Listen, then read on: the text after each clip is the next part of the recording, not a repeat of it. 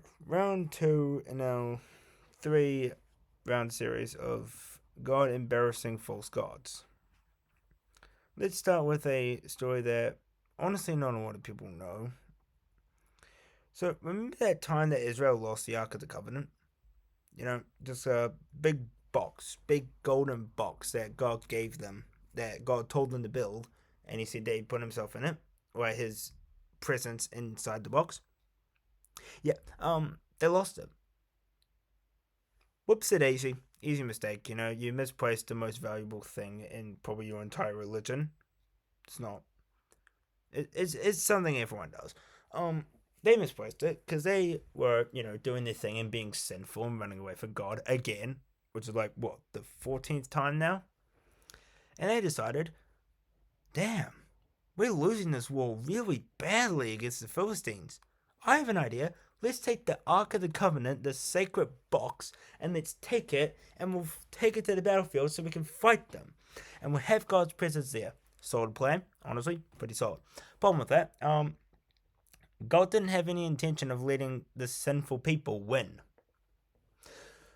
So what happened was God decided that it was time for a fireworks display and time to show off his true divine nature to the Philistines. And also to the Israelites at the same time, because God needs to deal out judgment both, because both of them have decided that, yeah, we can do this without God.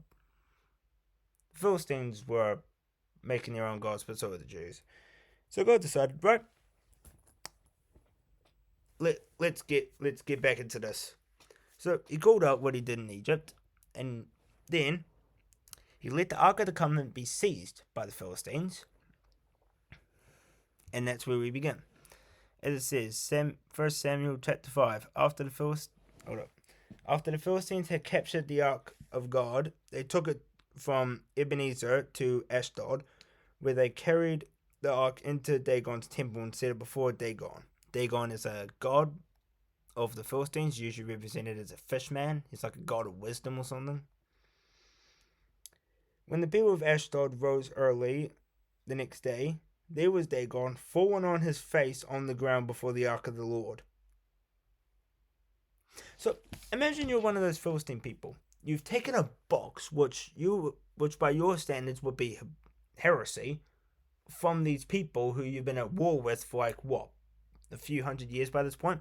You take it back, you put it in front of your God, and you're like, yeah, our God's far more powerful than this dumb box. And then you wake up the next morning and you find your God literally on his face on the floor before. You know that whole thing about proskynesis, which was the thing that the during Alexander's conquest when he tried to introduce proskynesis to his soldiers, aka bowing face first on the king to prostrate before the king. And remember how everyone got really mad about that? Yeah, that's what they found Dagon like. This all-powerful god statue, which these guys praised in the morning, was now sitting on the floor, face down before this random box. So they said, okay, that's a bit strange. That's very strange. But, they did the normal thing. They did what most people would have done. They took Dagon, they put him back in his place. Verse 4 begins, but the following morning, when they rose, there was Dagon fallen on his face on the ground before the ark of the Lord. His hands and head had been broken off and were lying on the on the threshold.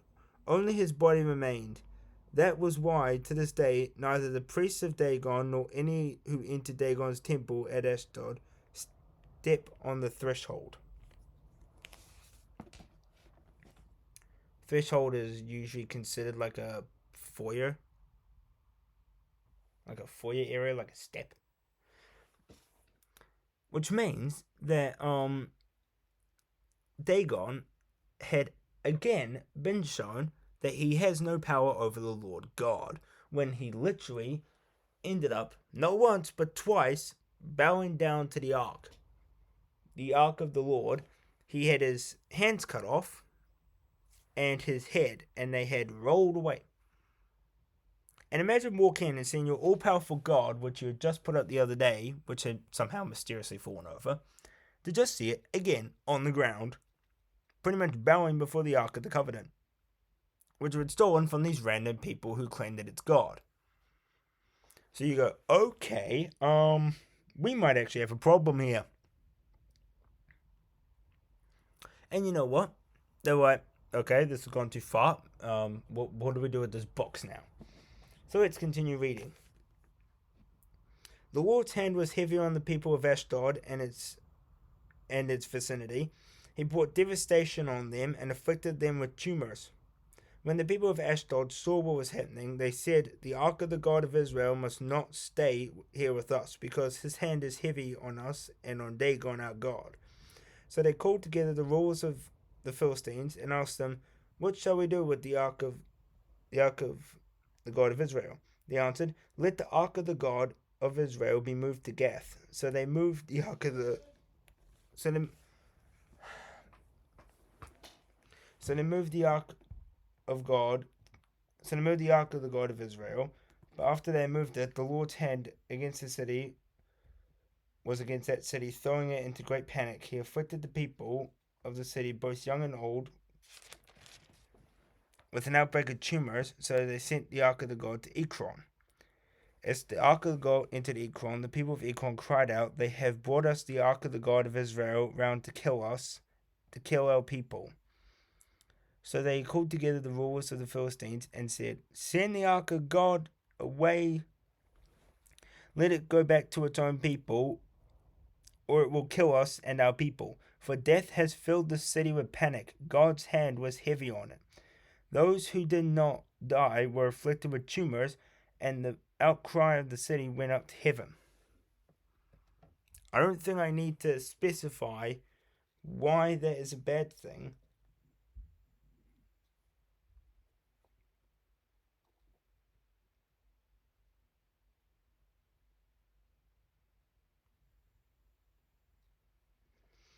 And let's just think about this for a minute. What was God trying to prove here? Well, there's a few things God doesn't like. One of them is idol worship. Literally, the first, like 3 commands of the 10 Commandments are of that. The first commandment is, I am the one and only God. There is no other God like me, or before me, or after me. I am God. That's the first command. Second commandment, you shall build no idols for yourself. I think that's pretty obvious. Third one is, hold up, I'm just gonna check my notes quickly.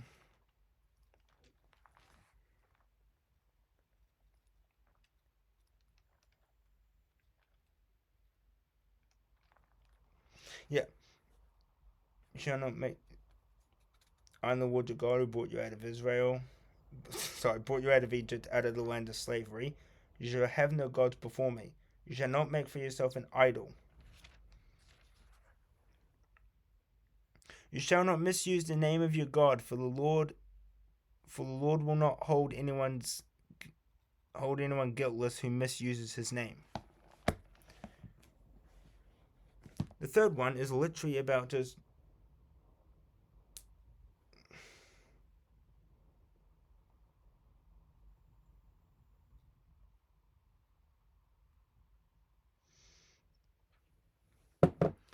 and so when God says do not worship idols, he means don't worship idols. Dagon was an idol created by the Philistines, so God decided, alright, let's show these people how it's done. So God gave the Philistines the Egypt treatment, and sent down and made Dagon bow before him, symbolically saying that Dagon has as much power over God as I do. Me versus God, that is not a very good looking chance for me. Second off, he gave them plagues of tumors. When the God that you have disrespected gives you tumors, you pretty much know that you're screwed. So, what did they do? They sent it from city to city to city. All right. First, they sent it to, I think it was, they sent it from Ashdod to sent it from Ashdod to Gath, and then from Gath to Ekron, and then from Ekron they sent it to actually no, it stayed in Ekron, and then they sent it back to Israel. There's a whole thing about them sending like cows with it as well to be sacrificed, and how the cows ended up being diseased. So there's a whole thing in the next one. Yeah, do not send it back to him without a gift. By all means, send a guilt offering to him. Then you will be healed, and you will know why his hand has not been lifted from you. The Philistines asked, what guilt offering should be sent him? They said, 5 gold tumors and 5 gold rats, according to the number of the Philistine rulers, because the same plague has struck both of you and your rulers. Make models of the tumors and of the rats that are destroying the country, and give glory to Israel's God. Perhaps he will lift his hand from you. Why do you harden your hearts as the Egyptians and Pharaoh did, when Israel's God dealt harshly with them? Did they not send the Israelites out so that they could go on their way? That's what he said. That's literally written down in verse 6. Verse 6, 5 to 7. Sorry, 5 to 6. Literally says, verse 6. 1 Samuel 6, verse 6 says, why do you harden your hearts as the Egyptians and Pharaoh did, when Israel's God dealt harshly with them? Did they not send the Israelites out so that they could go on their way? They're alluding to the last time that God had embarrassed the false God. And they literally said, give praise to Israel's God. Because Israel's God had proven to them that, oh, yeah, we done messed up. We our God is currently bowing at the moment, and we should probably join him in bowing before the Lord, because it's a pretty bad idea to challenge the almighty creator of the universe compared to a gold statue. There's a whole psalm about this. I forget which one exactly, but it calls us out, saying that that these statues have no they have no mouths and cannot talk. Hold up, let me find this quickly. Um.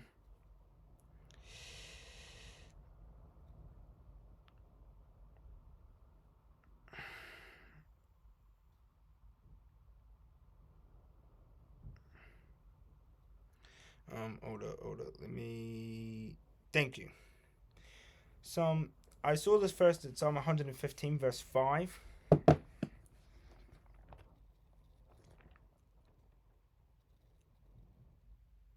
Psalm 115. It's repeated again in Psalm 136, 35. Psalm 135. But in Psalm 115, verse 5, it says, in Psalm 115 it says, why do the nations say, where is their God? Our God is in heaven. He does whatever pleases him. But their idols are silver and gold, made by human hands. They have mouths but cannot speak, eyes but cannot see. They have ears but cannot hear, noses but cannot smell. They have hands but cannot feel. They have feet but cannot walk, nor can they utter a sound with their throats. Those who make them will be like them, and so will all who trust in them. In that, he literally just says, if you make an idol, you will have a mouth, but you cannot speak. You will have throat, but you cannot make a noise. You will have eyes to see, but you can't see. And then he's saying that anyone who builds them or trusts in them will be like them. They can't talk, they can't see, they can't hear. God is saying that if you are like them, you will not be able to. Basically, he's using this to say, you will not be able to live. I am the way, the truth, and the life. That's what God says. That's what God says all the time. I am the way, the truth, and the life. Oh, no one can come to the Father except through me. So when God's saying that, he's saying to these people, if you believe in these idols, you will not be able to live. I am the way, the truth, and the life. God is life. If you separate yourself from life, aka sin, which is idolatry is a sin. a separation of life is death. I don't care how far you separate yourself from life, it's still death. 1 plus 1 still equals 2. It does. 1 plus 900 billion is still different from 1. 1 plus 0 point how many zeros you want to put before 1 is still different from 1. It doesn't matter. Sin is sin, and it separates you, therefore death. That's what it says. And it's saying, if you trust in these idols, you will be dead. You will have a mouth but cannot speak, eyes but cannot see, feet but cannot walk, hands but cannot feel. You will have these things, but you can't do things. You can't do things. That's what it means when it says that. And it's referring to these people like the Philistines who built statues, the Canaanites who built more statues, the Romans, the Greeks, the Aztecs, the Celtics. It's referring to all these different people who built idols of false gods. Of course, some of them didn't have the word of God until afterwards. But that's what it means, is by saying that if you believe in these gods, you cannot live. Because these gods can't save you. They can't save you from sin. They can't keep you alive like I can. That's what God means. So when he says, so when they say at the end of listen, they say and in chapter 6, 1 Samuel chapter 6, they said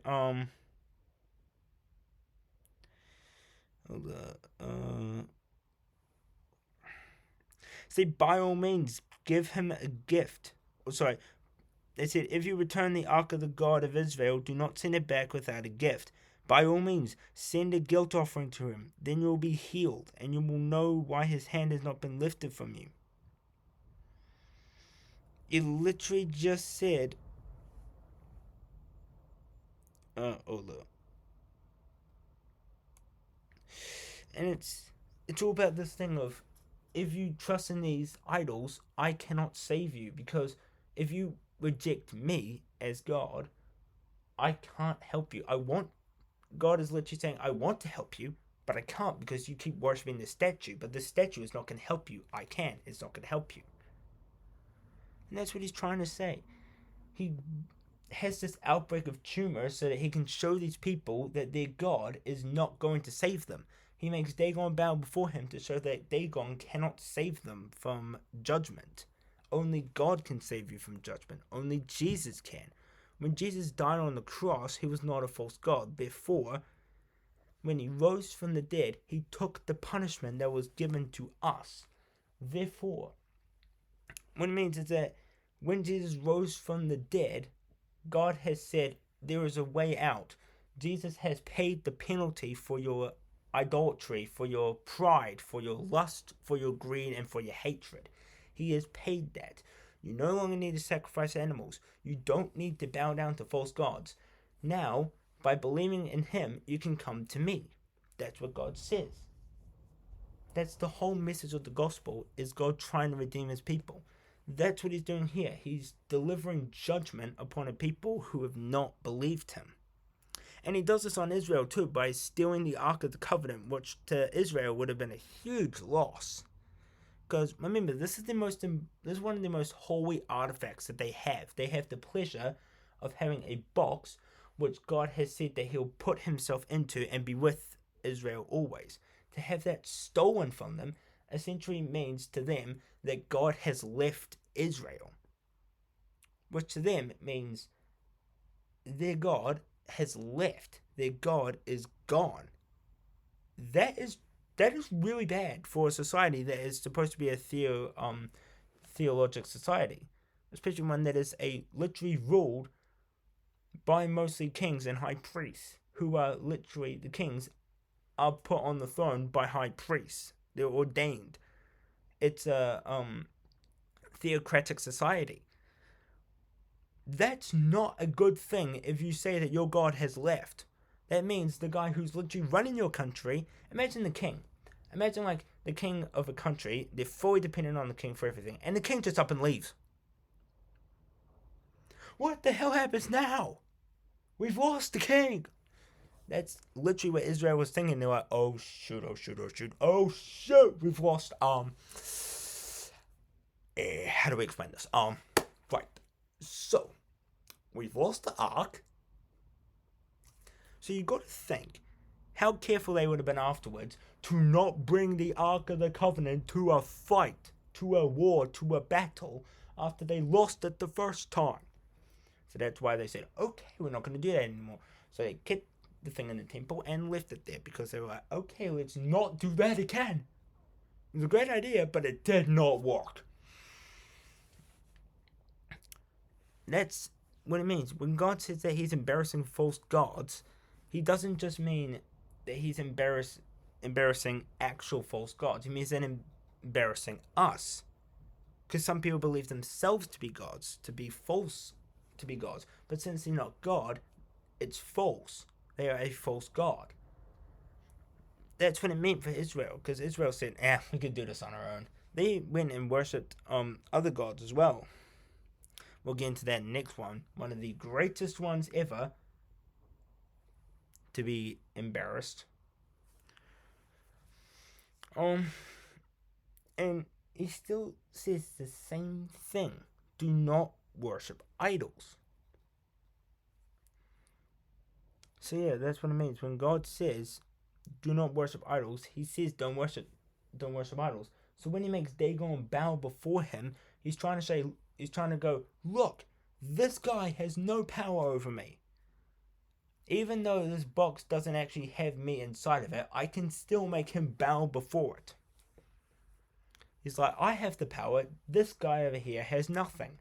This Nimrod numbskull of a statue over here has got no power compared to the almighty creator of the universe.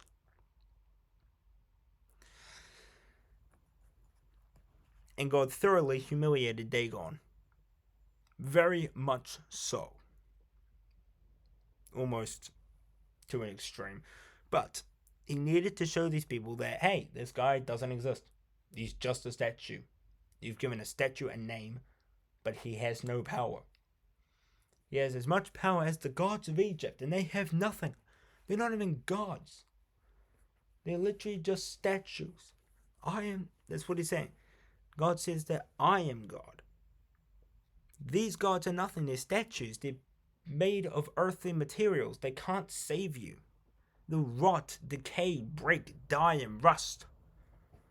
These things rust, they break. If you hit it hard enough with a hammer, it breaks. If you hit gold with a hammer, nothing's going to happen. I mean, sure, God will probably be asking you, why the hell did you hit me with a hammer? And also God is no physical form, but still. God can't be destroyed the way these statues can. These statues can be, and God even does this. When Dagon bows the singing day, he's lost his hands and his head, showing the people that this god can be destroyed. Your head god can be torn down and broken. Whereas the ark is fine. The ark is fine. It is perfectly fine. It is the same. That's what it means. When he's pulled Dagon apart, literally limb by limb, he's trying to show these people that Dagon had no power to begin with. He can't last forever, whereas God can. So yeah, that's all for today. Just a large rant about how people need to stop worshipping themselves and need to stop worshipping false gods. So I'd like to say thank you for joining today, and just keep reading the word, keep living with God, living for God, and just keep spreading the word. Good day, people.